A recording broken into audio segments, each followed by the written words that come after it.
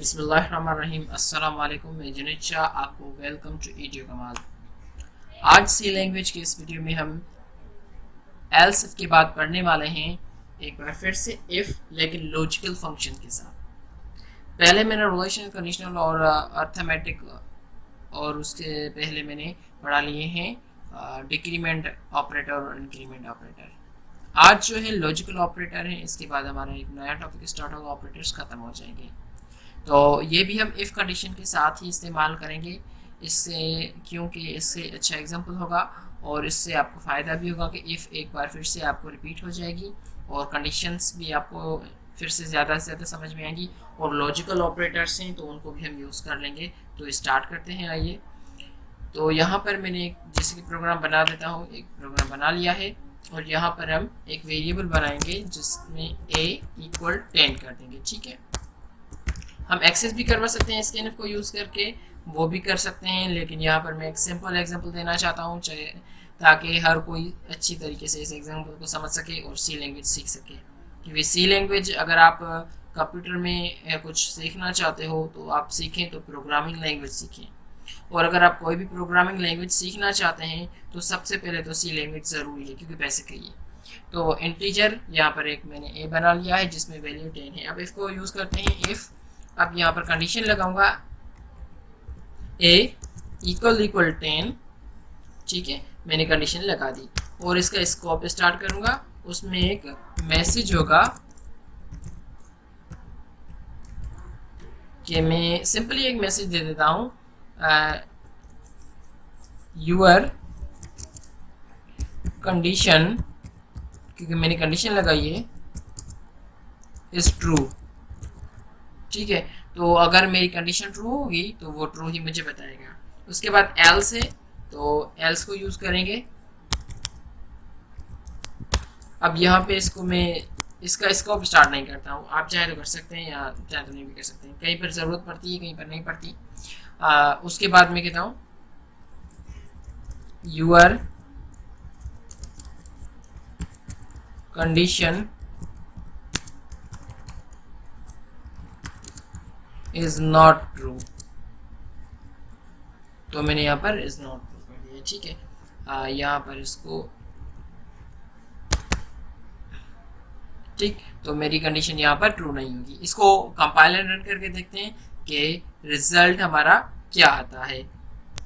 अगर हमारी वेरिएबल की वैल्यू ट्रू होगी तो 10 होगी तो ट्रू आएगी, वरना नहीं आएगी। कंपाइल एंड रन करने से देखते हैं इसको। मेरी कंडीशन ट्रू है। तो ये सिंपल एक इफ का एग्जांपल था जो मैं पहले दे चुका हूँ, लेकिन अब मैं चाहता हूँ कि इसमें कंडीशन ट्रू तब हो जब एक के अंदर या तो 20 हो या 10 हो। 10 तो है, अगर 20 हो तो क्या हो, तो ये कैसे हो सकता है? तो इसके लिए हम लॉजिक यूज करते हैं, लॉजिकल फंक्शंस। वो लॉजिकल फंक्शंस कैसे यूज होंगे कि इसी इफ में एक और कंडीशन लगेगी, एल्स इफ यूज नहीं होगी अलग से, ना ही एल्स इफ यूज होगी, ना ही हम नेस्टेड इफ जो नेक्स्ट हमारा टॉपिक है इफ का वो पढ़ेंगे, वो भी यूज नहीं होगा। हम इसमें एक यही कंडीशन इन्हीं दो ब्रैकेट्स के अंदर यूज करने वाले, वो है हमारे लॉजिकल ऑपरेटर्स के थ्रू। और लॉजिकल हम ऑपरेटर्स हमारे पास दो हैं, और का है, नॉट का है, एंड का है। अभी और का यूज करने वाला हूँ। ये देखिए मैंने और की साइन यूज कर ली, बैक स्पेस के नीचे इसका बटन है, आप शिफ्ट पकड़ के इसको यूज कर सकते हैं। ठीक है, बैक स्लैश यहाँ पर होता है, तो यहाँ पर मैंने इसको यूज कर लिया। अब और मैं कह रहा हूँ a = 10 और a = 20। तो ये कितनी मतलब एक ही बारी में आप दो कंडीशंस क्या 3-4 भी यूज कर सकते हो। यहाँ पर वो कैसे करेंगे मैं आपको आगे चल के बता रहा हूँ। तो इसको कंपाइल एंड रन करते हैं, कोई भी आपको एरर वगैरह शो नहीं होगा, बल्कि यहाँ पर ये होगा कि अगर ऊपर आपकी वेरिएबल की वैल्यू 20 भी होगी तो आपकी कंडीशन ट्रू मानी जाएगी, क्योंकि हमने कंडीशन ही ऐसी लगाई है, लॉजिक यूज किया है और उस लॉजिक के मुताबिक हमारी कंडीशन ट्रू है। लेकिन अगर हमारी कंडीशन में हमारे वेरिएबल में 10 और 20 के अलावा कोई भी वैल्यू आ जाएगी तो वहां पर आपको वैल्यू इज नॉट ट्रू का मैसेज मिलेगा।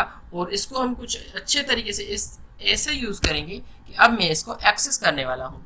इस पे स्कैनर का फंक्शन यूज करूंगा और उसके लिए मुझे एक मैसेज प्रिंट करना होगा। यहाँ पर मैसेज दूंगा एंटर दी वैल्यू का। यहाँ पर मैं एक मैसेज दूंगा और स्पेस के बाद मैं यहाँ पर इसको स्कैन कर दूंगा ताकि मैं एक्सेस कर सकूँ अपनी डेटा, मैं खुद एंटर कर सकूँ जितनी चाहूँ, और उससे मुझे बार बार जो है नंबर चेंज करने की ज़रूरत नहीं पड़ेगी, बल्कि जितनी मैं चाहता हूँ उतने ही वैल्यूज़ को मैं ट्रू कर सकता हूँ। यहाँ पर इसको मैंने एंड ऑपरेटर देना है और यहाँ पर वेरिएबल का नाम। कंपाइल एंड रन करके देखते हैं। अब यहाँ पर मैं देखें, यहाँ पर मैं 20 देता हूँ, ट्रू आ गई। अगर मैं फिर से कंपाइल एंड रन करता हूँ, 10 दूंगा, ट्रू आ गई। और अगर उसके बाद में कोई और नंबर दूंगा तो वो ट्रू नहीं आएगा। ठीक है। अब इसके बाद है कि लॉजिकल ऑपरेटर्स में मैंने 2 कंडीशंस लगाई है। लाजमी नहीं है कि यहाँ पर 2 कंडीशंस होनी चाहिए, आप जितने चाहें कंडीशंस लगा सकते हैं। मैंने पहले भी कहा था, वो कैसे होगा कि मैं यहाँ पर ब्रैकेट्स यूज़ करूँगा इस तरीके से, इसको इन ब्रैकेट में बंद कर दूंगा। ठीक है। और फिर यहाँ पर फिर से और ऑपरेटर यूज़ करूँगा और यहाँ पर मैं फिर से ब्रैकेट ओपन करूँगा और यहाँ पर फिर से अब a इक्वल b और a इक्वल c में 2 वेरिएबल और बनाऊंगा कि अब उन वेरिएबल्स के अंदर जो वैल्यू है अगर ये उनके बराबर भी है तो फिर भी मेरी कंडीशन ट्रू मानी जाए। तो मैं यहाँ पर एक इंटीजर बना रहा हूँ b इक्वल 30 एंड इंटीजर एक और c इक्वल 50।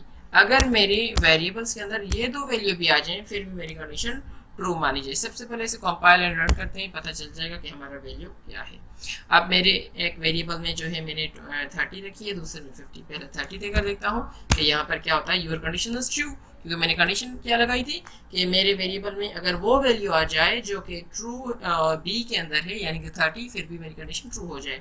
सी पे ही हम इस तरीके से चेक करेंगे कि सी के अंदर जो मैंने वैल्यू रखी है वो 50 है, अगर 50 आ जाए तो फिर भी हमारी वैल्यू ट्रू हो जाए। अच्छा, इसमें मैंने जो लॉजिक यूज़ कर रहा हूँ, या तो वो वैल्यूज जो मैं खुद इंटर करूँ, ए को डायरेक्टली दूँ, वो भी एक्सेप्ट कर लो लेकिन वो जो कंडीशन के अंदर है।